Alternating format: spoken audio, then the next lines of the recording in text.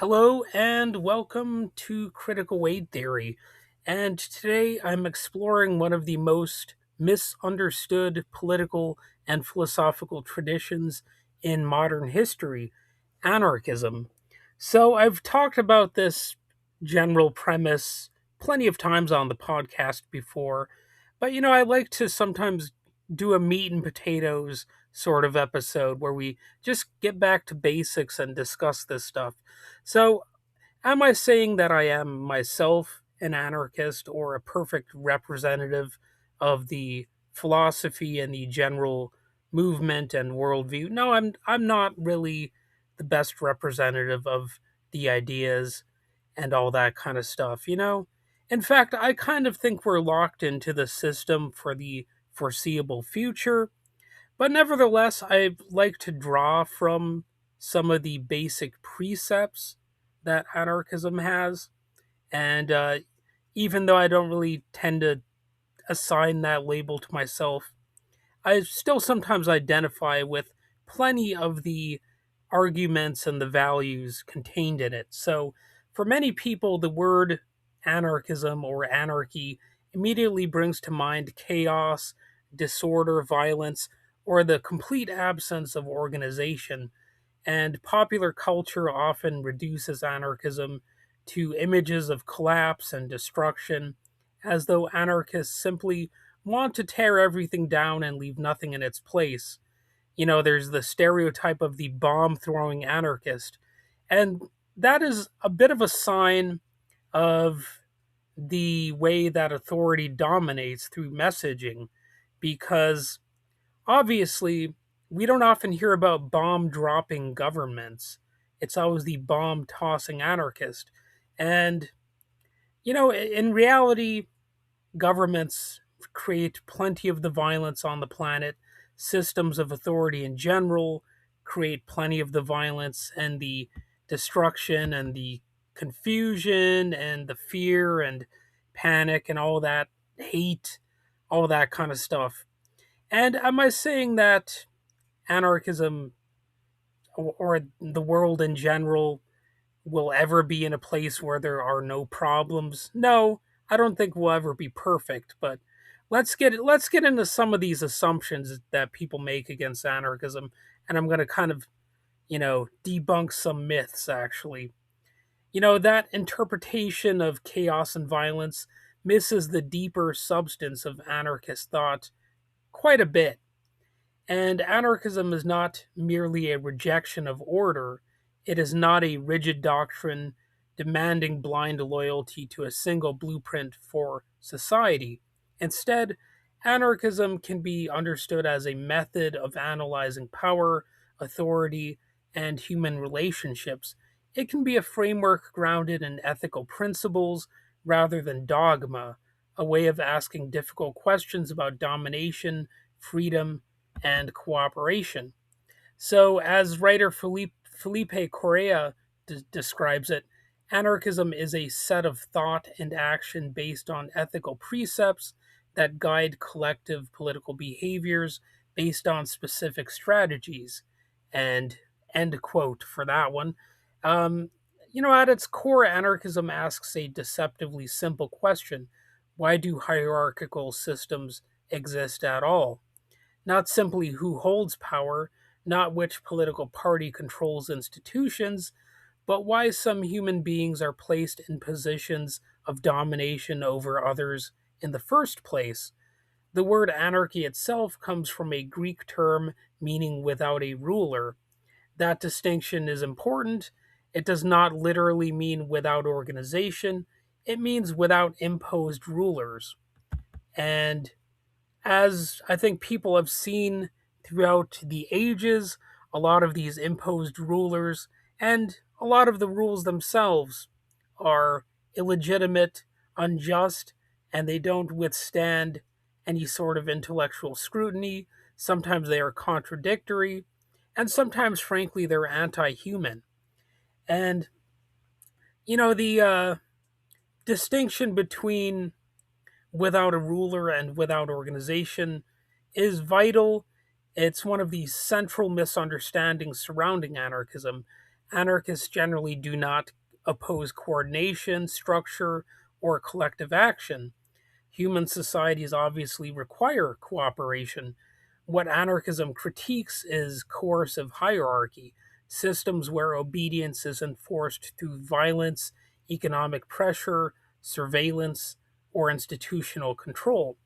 So, from this perspective, anarchists examine power wherever it appears in governments, corporations, economic systems, patriarchal institutions like churches, workplaces, police systems, colonial structures, and even cultural norms embedded in everyday life.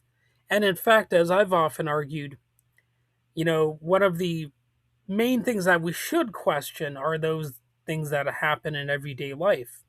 And that's part of the reason we have these things called brains inside our skulls.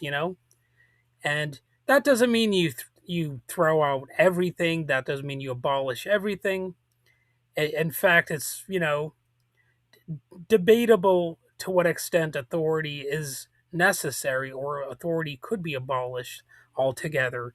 The idea that you can get rid of every vestige of authority seems naive to me, and I say that as somebody who embraces a lot of the anarchist precepts. So, like the example that I often give is parents.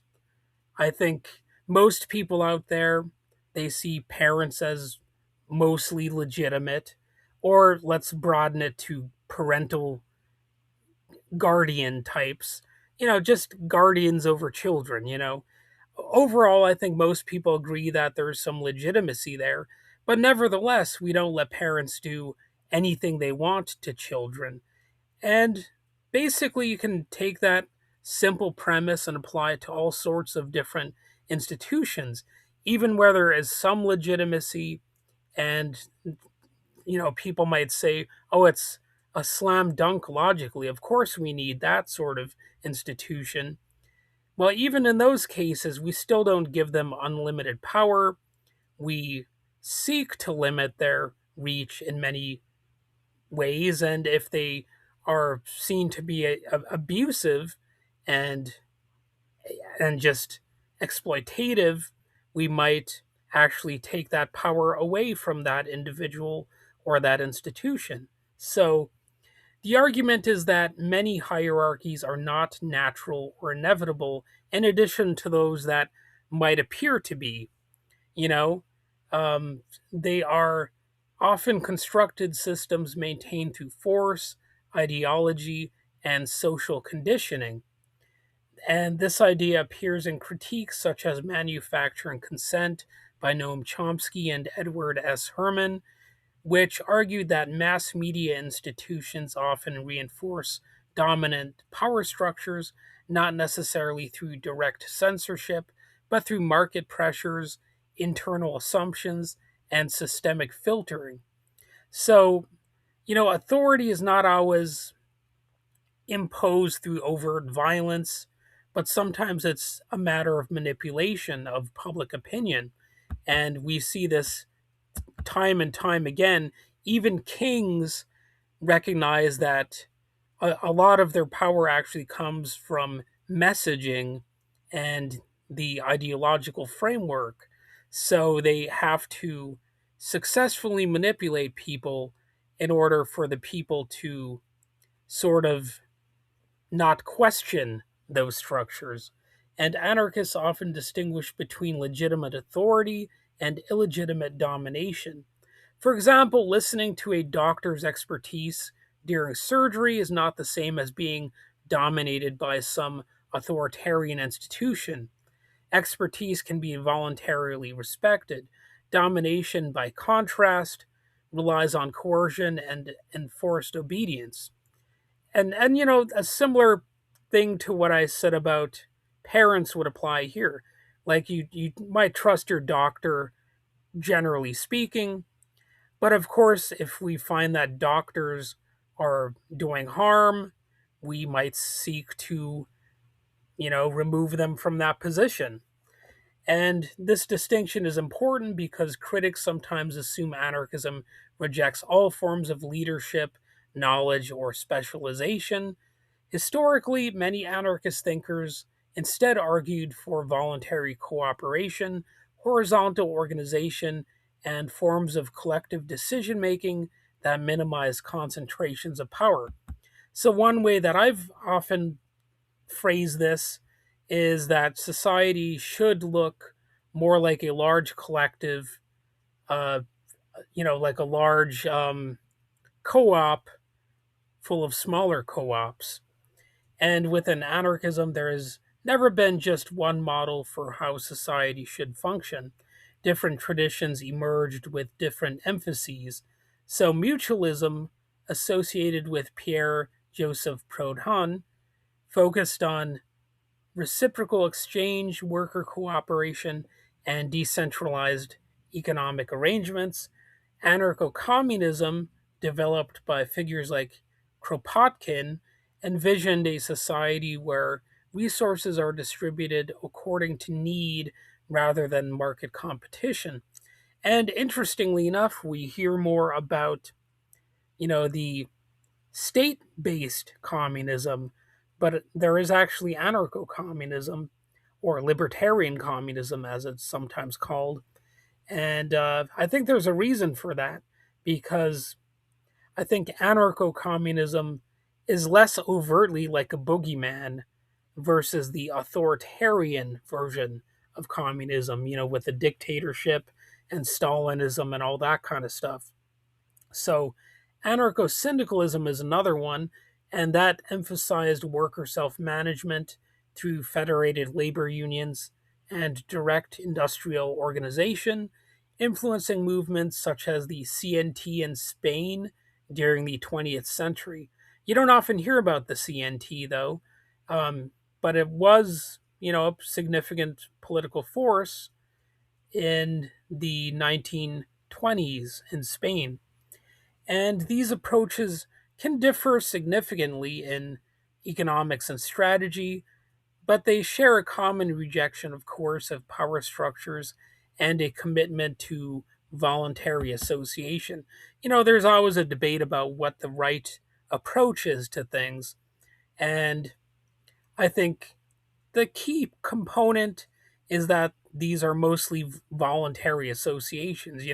I say mostly because let's face it, society is pretty much always going to involve some sort of violence at the end of the day. I mean, that's just me throwing that in there. Some people might disagree. They might have more of a pacifist utopian vision, but at this point, I think really you can only hope for mostly voluntary associations because, for one thing, the system is going to fight back if you ever try to, organize in a different manner too much and challenge existing, or maybe I should say prevailing power structures. And contemporary anarchism has also expanded beyond traditional political institutions. Modern anarchist thought often examines domination in everyday life, in interpersonal relationships, gender roles, racial hierarchies, surveillance systems, workplace culture, and even dynamics inside activist organizations. And this broader perspective recognizes that systems of domination reproduce themselves socially and psychologically, not merely politically. And another key anarchist argument concerns the state itself. Many anarchists believe liberation cannot be achieved simply by capturing state power because hierarchical institutions tend to reproduce hierarchy regardless of who controls them. And in this view, replacing one ruling class with another does not eliminate domination, it merely changes who sits at the top. And, I'm not going to say that reforms can never matter. I'm not going to simplify things that much. I'm not even going to say that it doesn't matter which party is in charge or whatever. You know, that's a little bit too simplistic. And obviously, it might matter at least somewhat who is at the top.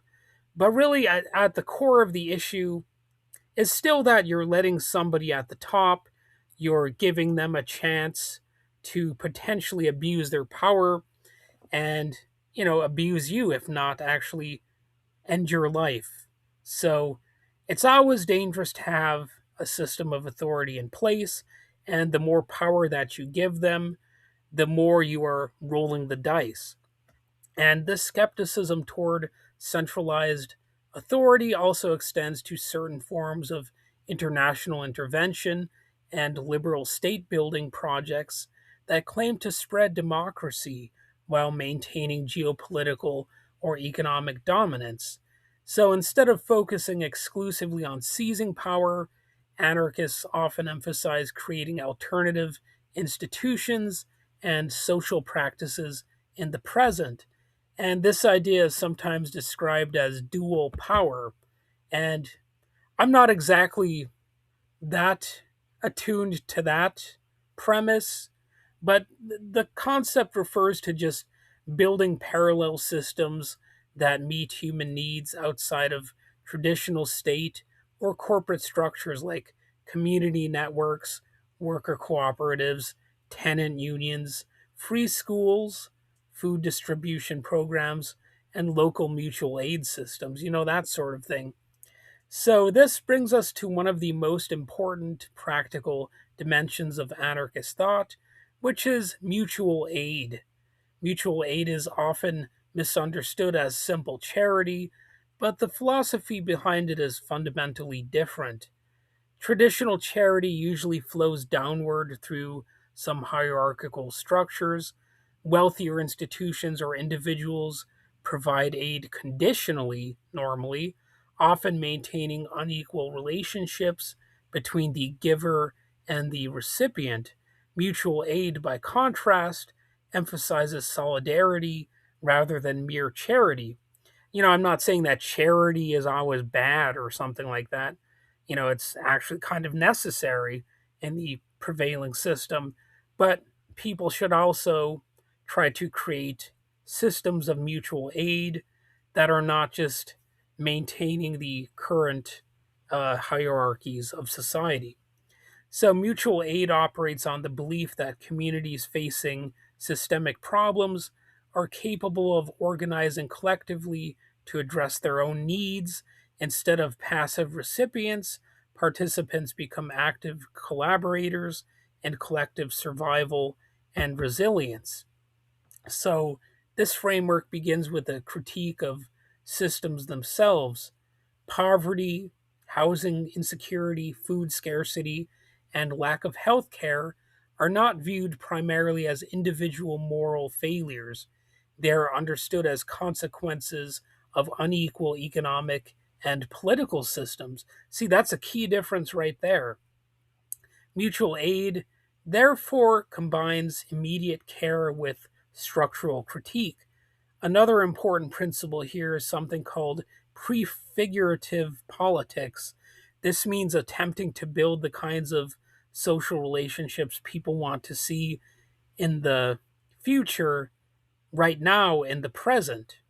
It's not about, oh, we're going to wait until the next election to organize society in a better way, and we're not going to wait until some politician becomes more benevolent and does all of that work for us. The idea is that people should be organizing in such a way right now. And admittedly, I don't do enough of this type of organizing myself. I'm not enough of a, I don't know, participant in, you know, just group activities in general. So again, I'm not the best representative of this worldview or ideology or whatever. I know some people, some anarchists don't like the term ideology, but it still kind of works. It still kind of fits anyway. I'm not going to say that, ideology is such a wrong word for this stuff. You could say philosophy is more important than ideology. Um, but, I'm not going to get into that so much right now. And rather than waiting for a revolution or electoral victory, people can organize food programs, housing networks, medical support systems, labor solidarity groups, and cooperative structures that already embody values like equality, participation, and autonomy. And again, I feel a little bit guilty for not being more active in such a way, but it's just, not something that I personally do a lot. And historically, these ideas have appeared in numerous grassroots movements. The Black Panther Party, for example, organized survival programs including free breakfast initiatives, health clinics, and community support efforts during the 1960s, 1970s, and presumably beyond. And contemporary mutual aid networks have also emerged during climate disasters, labor struggles, public health crises, and economic instability, often stepping in where institutional systems failed or responded too slowly. Activist and legal scholar Dean Spade explores these ideas extensively in the essay and book Mutual Aid: Building Solidarity During This Crisis and the Next. And in that, he emphasizes that mutual aid is both practical survival and political transformation, or at least that's what it's supposed to be.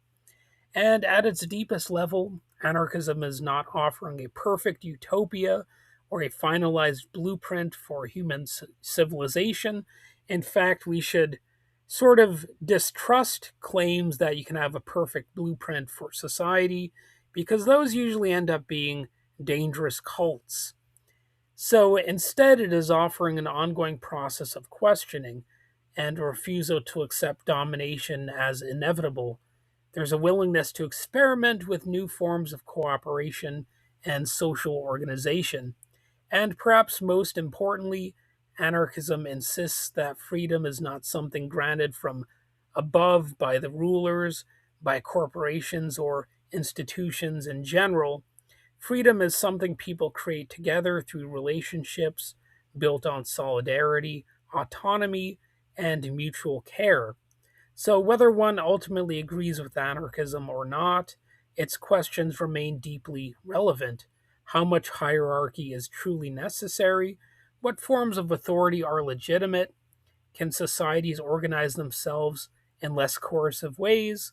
And what happens when ordinary people begin building alternatives instead of just waiting for permission and sometimes not getting that permission?